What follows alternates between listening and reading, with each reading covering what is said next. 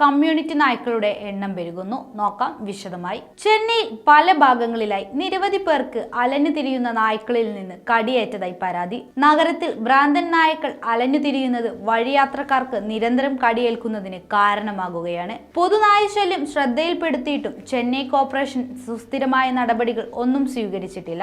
നിരത്തുകളിൽ തിരക്കൊഴിഞ്ഞ കടമുറികളിലാണ് ഇവ തമ്പടിക്കുന്നത്. മാത്രമല്ല, തീവണ്ടി യാത്രക്കാർക്കും സ്വകാര്യ ബസ് യാത്രക്കാർക്കും ഇതുവഴി പോകുമ്പോൾ നായ്ക്കളുടെ കൂട്ടമായ ആക്രമണം പതിവാണ്. വളർത്തു നായ്ക്കളും വിദേശ നായ പ്രജനനം എന്നിവയുടെ നിയന്ത്രണങ്ങൾ ശക്തിപ്പെടുത്താനും ചെന്നൈ കോർപ്പറേഷൻ ഒന്നും ചെയ്യുന്നില്ല എന്ന പരാതിയും ഉയരുന്നുണ്ട്. കമ്മ്യൂണിറ്റി നായ്ക്കൾ ഇല്ലാത്ത ഒരു തെരുവ് പോലും ഗ്രേറ്റർ ചെന്നൈ കോർപ്പറേഷനിൽ ഇല്ല എന്ന് പറയാം. പല നായപ്രേമികളും തങ്ങളുടെ കാറുകളിലെത്തി ഭക്ഷണപ്പൊതി വിതരണം ചെയ്യുന്നുവെന്ന വിധത്തിലും പരിസരവാസികളിൽ നിന്നും പരാതി ഉയരുന്നുണ്ട്. ചുരുക്കത്തിൽ നായ്ക്കളുടെ കടിയേറ്റ് നിരവധി പേരാണ് ഈ ദിനങ്ങളിൽ ചെന്നൈ ആശുപത്രിയിൽ സന്ദർശിച്ചിട്ടുള്ളത്.